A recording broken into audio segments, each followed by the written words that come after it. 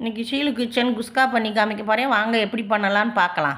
குஸ்காவுக்கு வந்து நான் சீரக சம்பா அரிசி இந்த டம்ளருக்கு 3 டம்ளர் எடுத்து வச்சுருக்கேன். இது ஒரு 20 நிமிஷம் ஊறணும். ஊற வச்சுட்டு நம்ம வேணுன்ற பொருளெல்லாம் எடுத்துகிட்டு உங்களுக்கு செய்முறையை காமிக்கிறேன். அதுக்கு நான் வந்து ஒரு குழிக்கரண்டி ரீஃபண்ட் ஆயில் ஊற்றிருக்கேன், கோல்டு வின்னரு. நான் அதில் வந்து ஒரு 2-3 ஸ்பூன் நெய் ஊற்றுறேன். ஊற்றிருக்கேன். நெய்யும் காயட்டும்.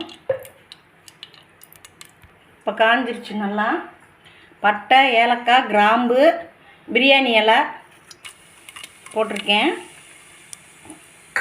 நல்லா பொரியட்டும்.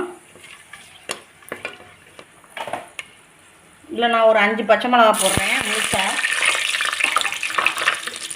பச்சை மிளகா வந்து நல்லா ப்ரௌன் கலராக வரணும். நல்லா வரட்டும்.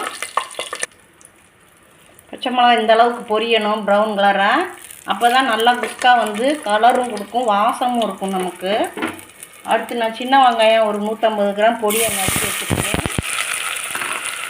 வெங்காயமும் நல்லா அதேமாரி ப்ரௌன் கலராக வரணும், வதங்கட்டும். நல்லா வதங்கட்டும் வெங்காயமும் அதேமாரி. இந்த அளவுக்கு வதங்கணும் வெங்காயமும் நல்லா கோல்டன் கலராக. இதில் வந்து நம்ம 200 கிராம் தக்காளி பொடியாக நறுக்கி வச்சுருக்கேன், அதை போட்டுருவோம். போட்டுட்டு அதுக்கு தேவையான அளவு வதங்கிறதுக்கு உப்பு போடுறேன், கல்லுப்பு. நல்லா வதங்கட்டும். மொட்டிது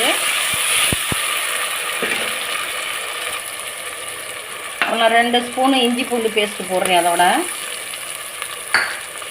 அதையும் ஒரு வதக்கிடுவோம் சேர்த்து. பச்சை வாடை போகிற முடிய நல்லா வதங்கி வரட்டும்.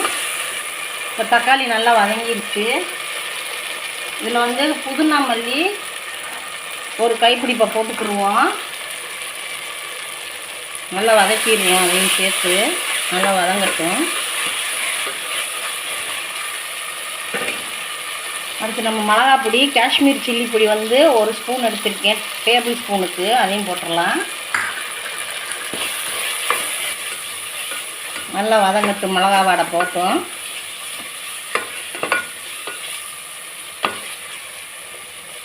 இப்போ நான் எடுத்து வச்ச சீரக சம்பா அரிசி 3 டம்ளர் எடுத்ததை நான் 2 டம்ளர் தண்ணிக்கு ஊற வச்சதை போட்டிருக்கேன். இதில் நல்லா ஒரு கிண்டி விட்டுருவோம் அந்த மசாலாவோட. இப்போ 1 டம்ளருக்கு 1.5 டம்ளர் தண்ணி தான் நம்ம வைக்கணும். இப்போ நம்ம தண்ணி எடுத்து செக் பண்ணிவிட்டு அதுக்கப்புறம் நம்ம பார்க்கலாம்.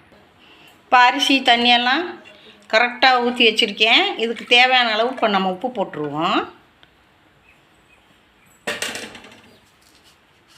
நான் போடுறேன் உப்பு தேவையான அளவு. கல் உப்பு போட்டிருக்கேன். செக் பண்ணிவிட்டு அப்புறம் போட்டுக்கிறலாம்.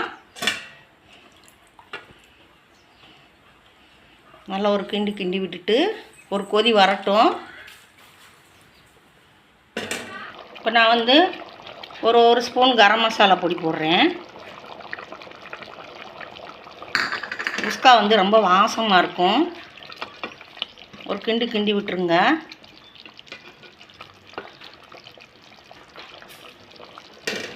இப்போ நான் அதில் ஒரு அரை எலுமிச்சம்பழம் புழிஞ்சு வச்சுருக்கேன், அதையும் நான் அதில் ஊற்றிடுறேன். சோறு வந்து நல்லா பொதுன்னு நல்லா ஒன்றோட ஒன்று ஒட்டாமல் வரும். அதுக்காக தான் லெமன் ஜூஸ் நான் ஊற்றுறேன். இப்போ நம்ம வந்து எல்லாம் கரெக்டாக செக் பண்ணியாச்சு. எல்லாம் கரெக்டாக இருக்குது. ஒரு 2 விசில் வச்சுருவோம். இது பழைய அரிசினால். விசில் வந்துருச்சு. நான் அடுப்பு அமர்த்த போகிறேன். இப்போ குஸ்கா நல்லா ரெடி ஆயிடுச்சு. பாருங்கள், நல்லா ஒன்று போல் வந்துருச்சு. எப்படி பொதுன்னு இருக்குன்னு குஸ்கா வந்து இந்த மாதிரி உதிரியாக வரும். நீங்களும் இதேமாரி செஞ்சு பாருங்கள். ஷீலு கிச்சன் குஸ்கா பண்ணியிருக்கேன். நீங்களும் செஞ்சு பாருங்கள். லைக் பண்ணுங்கள், ஷேர் பண்ணுங்கள், சப்போர்ட் பண்ணுங்கள். தயிர் பச்சடியோடு சேர்த்து சாப்பிடுங்க, டேஸ்ட்டாக இருக்கும்.